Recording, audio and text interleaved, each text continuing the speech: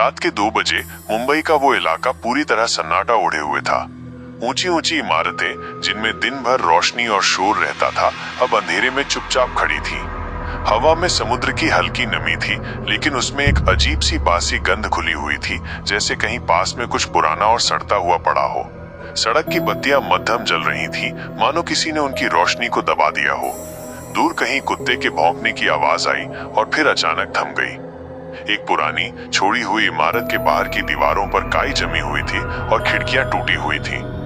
लोग कहते थे कि ये इमारत सालों से वीरान है, लेकिन आसपास के लोग अक्सर दावा करते थे कि रात के वक्त यहाँ से हल्की हल्की रोशनी और किसी के चलने की आहट आती है। कोई नहीं जानता था कि अंदर क्या है, लेकिन जो भी जाने की कोशिश करता या तो डरकर भाग आता या फिर कभी वापस नहीं दिखा। शहर के इस हिस्से में अब कोई बेवजह नहीं भटकता था, खासकर आधी रात के बाद। लेकिन उस रात एक टैक्सी उसी सुनसान गली में आकर रुकी। अंदर बैठा आदमी काले कपड़ों में था, चेहरा आधा ढका हुआ और हाथ में पुराना सा चमड़े का बैग पकड़े था। उसने टैक्सी ड्राइवर को बिना आंख मिलाए किराया दिया और कहा, यहाँ से आगे मैं पैदल जाऊंगा।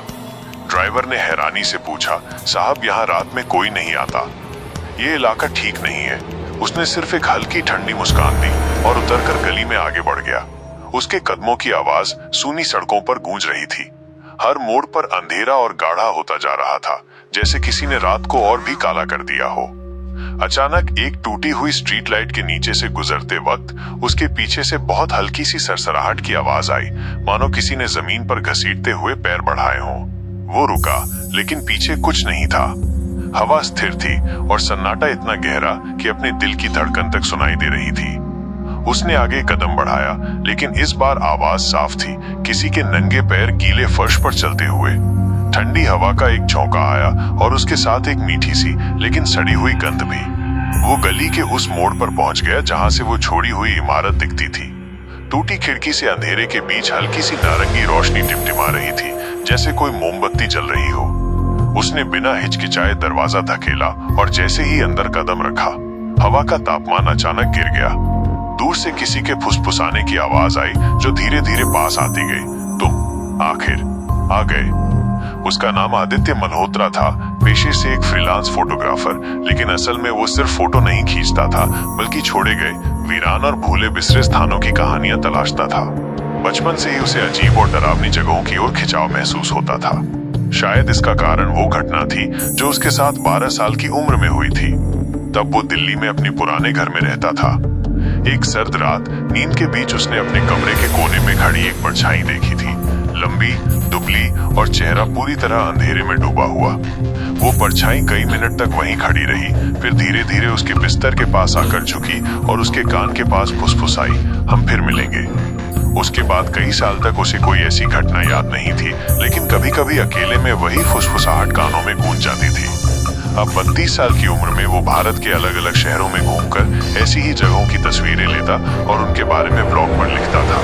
उसके पाठकों में कई लोग थे जो डर और रहस्य के शौकीन थे, लेकिन बहुत कम लोग जानते थे कि आदित्य ये सब सिर्फ रोमांच के लिए नहीं करता था, वो किसी चीज की तलाश में था। मुंबई में आई इस बार की यात्रा भी महज एक असाइनमेंट नहीं थी। कुछ हफ्ते पहले उसे एक गुमनाम ईमेल मिला था, जिसमें सिर्फ एक फोटो थी, उस छोड़ी हुई इमारत की। फोटो के नीचे एक वाक्य लिखा था, अगर सच जानना है तो यहाँ आओ, अकेले। फोटो में खिड़की के पीछे धुंधली सी आकृति दिखाई दे रही थी, जो देखने में इंसानी लग रही थी, लेकिन चेहरा पहचान पाना असंभव था। आदित्य ने कई बार फोटो को जूम करके देखा, लेकिन जैसे जैसे वो देखता, उसे लगता कि आकृति की आंखें सीधे उसकी तरफ देख रही हैं। वो जानता था कि ये इमारत मुंबई के पुराने हिस्से में है, जिसे लोग अब भूल चुके हैं। उसके पास इसकी कोई आधिकारिक जानकारी नहीं थी, बस इतना कि कभी यहाँ एक छोटा होटल हुआ करता था, जिसमें 50 साल पहले एक भयानक हादसा हुआ था। जब वो इमारत के दरवाजे पर पहुंचा और अंदर कदम रखा, तो उसके हाथ में पकड़ा कैमरा अजीब तरह से भारी लगने लगा। हवा में ठंडक बढ़ गई थी और हर कदम के साथ फर्श पर धूल उड़ रही थी। अंदर बिल्कुल सन्नाटा था, लेकिन फिर भी उसे साफ साफ एहसास हो रहा था कि वो अकेला नहीं है। जैसे जैसे वो गलियारे में आगे बढ़ा, उसने नोट किया कि दीवारों पर अजीब निशान बने हुए हैं, गहरे खरोंच जैसे, जो नीचे से ऊपर तक फैले हुए थे।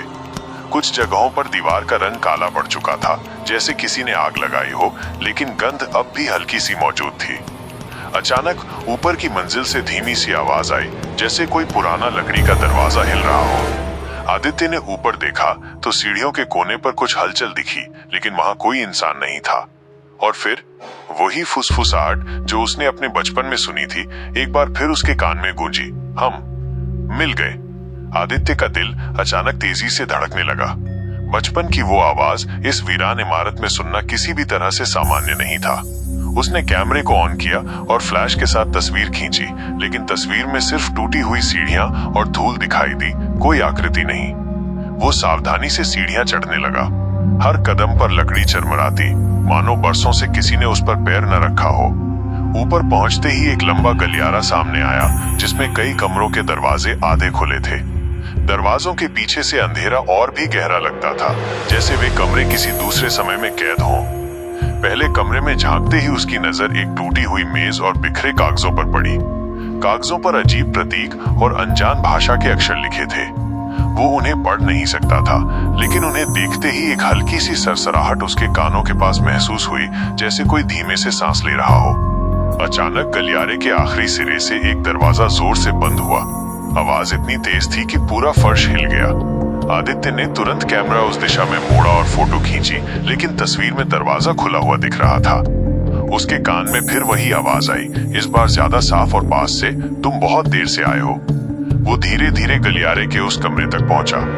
दरवाजा अब वाकई खुला था, लेकिन अंदर घुप अंधेरा था।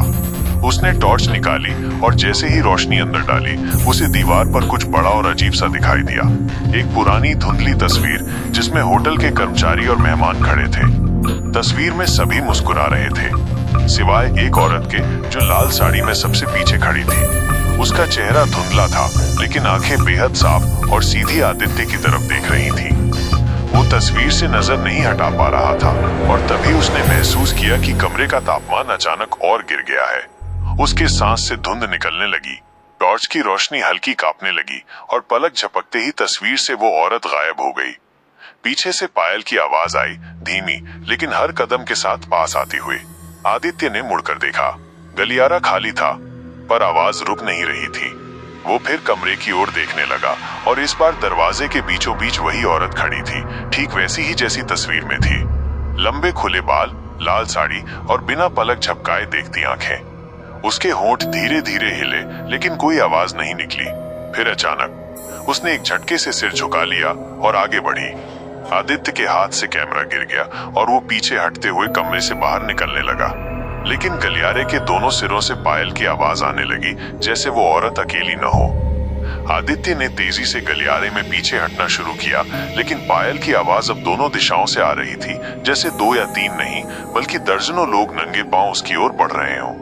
हर कदम के साथ वो आवाज भारी होती जा रही थी, मानो फर्श खुद उनके वजन से कांप रहा हो।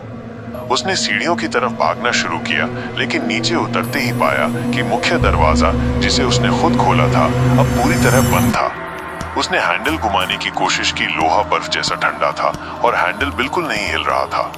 उसकी सांसें तेज हो गईं और सिर के पीछे वही फुसफुसाहट फिर गूंजी, अब तुम यहीं रहोगे। उसने तेजी से पीछे मुड़कर देखा। गलियारे के साए में लाल साड़ी की झलक फिर से थी, लेकिन इस बार उसके साथ कई और आकृतियां थीं। सबकी शक्ल एक जैसी, लेकिन आंखें खोखली और उनके चेहरे पर ऐसा भाव जैसे कोई इंतजार पूरा होने वाला हो। आदित्य ने बैग से अपना फोन निकाला और बाहर किसी को कॉल करने की कोशिश की, लेकिन स्क्रीन पर नेटवर्क का कोई निशान नहीं था। अचानक फोन की बैटरी खुद ब खुद खत्म हो गई, जबकि उसने सुबह ही चार्ज किया था। उसने कैमरा उठाया जो फर्श पर गिरा था और गलती से फिर से एक तस्वीर ले ली। फोटो में वो खुद दरवाजे के पास खड़ा दिख रहा था, लेकिन उसके पीछे काले धुंधले साए थे, जिनकी आंखें हल्की सी चमक रही थी। उसका दिल तेजी से धड़कने लगा। उसने सीढ़ियों के पास एक और दरवाजा देखा और जल्दी से खोलकर अंदर घुस गया। कमरा छोटा और लगभग खाली था, सिवाय एक पुराने शीशे के जो दीवार पर टंगा था।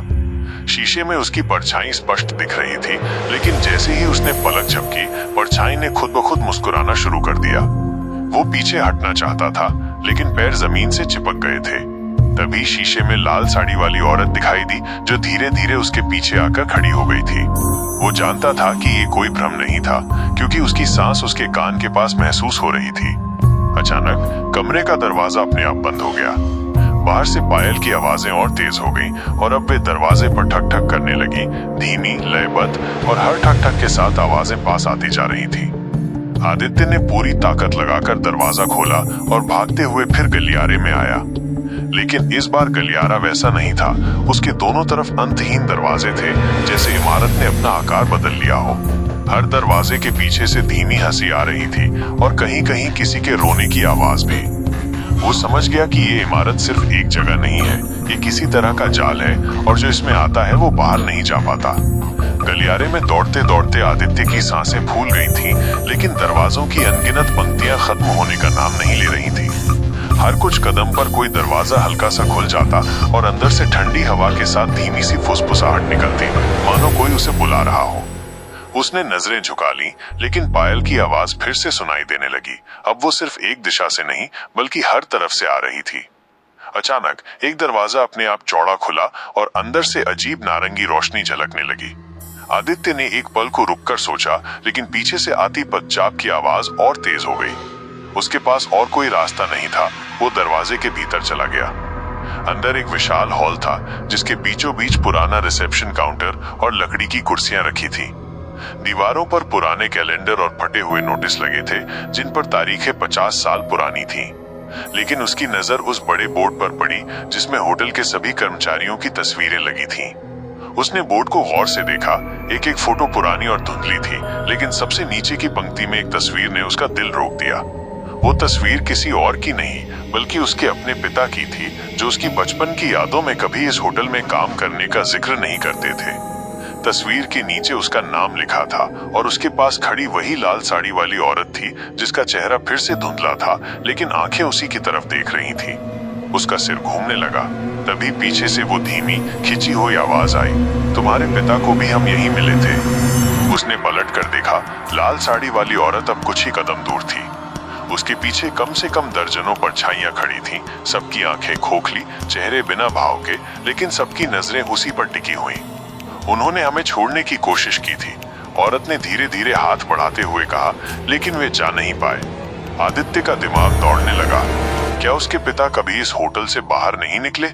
क्या उन्होंने ही बचपन में उसे वो फुसफुसाहट दी थी, हम फिर मिलेंगे? तभी कमरे के कोने में रखा पुराना शीशा अपने आप चमकने लगा और उसमें एक दृश्य उभरा। एक जवान आदमी जो बिल्कुल उसके जैसा दिखता था, लेकिन चेहरा थका हुआ और डरा हुआ।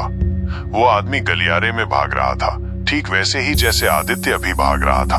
और फिर अचानक लाल साड़ी वाली औरत ने उसे पकड़ लिया। शीशे में दिख रहा वो आदमी चीखने लगा और उसी के साथ आदित्य के कानों में अजीब गूंज भर गई, मानो वो चीख उसके भीतर से आ रही हो। अचानक पायल की आवाजें और तेज हो गईं। चारों तरफ से साए उसकी ओर बढ़ने लगे। उसने पीछे हटना चाहा, लेकिन फर्श नरम होकर दलदल जैसा महसूस होने लगा। हर कदम के साथ वो नीचे धंसने लगा। उसका कैमरा फर्श पर गिरा और अपने आप एक आखिरी तस्वीर खींच ली। फ्लैश की सफेद चमक के बाद सब कुछ अंधेरा हो गया। आदित्य ने महसूस किया कि उसका शरीर धीरे धीरे नीचे खिंच रहा है, जैसे फर्श के नीचे कोई अंधी गहराई हो जो उसे निगल रही हो। चारों तरफ पायल की आवाजें अब इतनी पास थीं कि हर झंकार उसके सीने के अंदर गूंज रही थी। लाल साड़ी वाली औरत अब उसके ठीक सामने थी। उसका चेहरा धीरे धीरे साफ होने लगा और आदित्य की सांस थम गई। वो चेहरा किसी अनजान का नहीं था, वो उसकी अपनी माँ का चेहरा था। लेकिन उसकी आंखें बिल्कुल काली, होंठ नील पड़ चुके और आवाज ठंडी, भारी, जैसे किसी गहरी खाई से आ रही हो, तुम्हारे पिता को हमने ले लिया, अब तुम्हारी बारी है। आदित्य के होंठ हिले, लेकिन उसकी आवाज बाहर नहीं आई। उसने आखिरी बार चारों तरफ देखा। अब सभी आकृतियों के चेहरे उसके परिवार के लोगों जैसे हो चुके थे, जिन्हें वो बचपन से जानता था, लेकिन उनकी आंखें खाली थीं। उसका सिर घूमने लगा और आखिरी चीज जो उसने देखी वो था पुराना कैमरा जो अपने आप फ्लैश करता रहा। हर फ्लैश के साथ साए और नजदीक आते गए, जब तक कि वो पूरी तरह अंधेरे में डूब नहीं गया। अगली सुबह वो छोड़ी हुई इमारत हमेशा की तरह चुपचाप खड़ी थी। दरवाजा आधा खुला था, लेकिन अंदर कोई नहीं था। फर्श पर बस एक पुराना कैमरा पड़ा था, जिसमें एक ही फोटो सेव थी। तस्वीर में होटल का वही हॉल था, लेकिन उसके बीचों बीच आदित्य खड़ा था और उसके चारों तरफ लाल साड़ी वाली औरत और दर्जनों साए सब सीधे कैमरे की तरफ देख रहे थे। किसी ने वो फोटो इंटरनेट पर पोस्ट कर दी।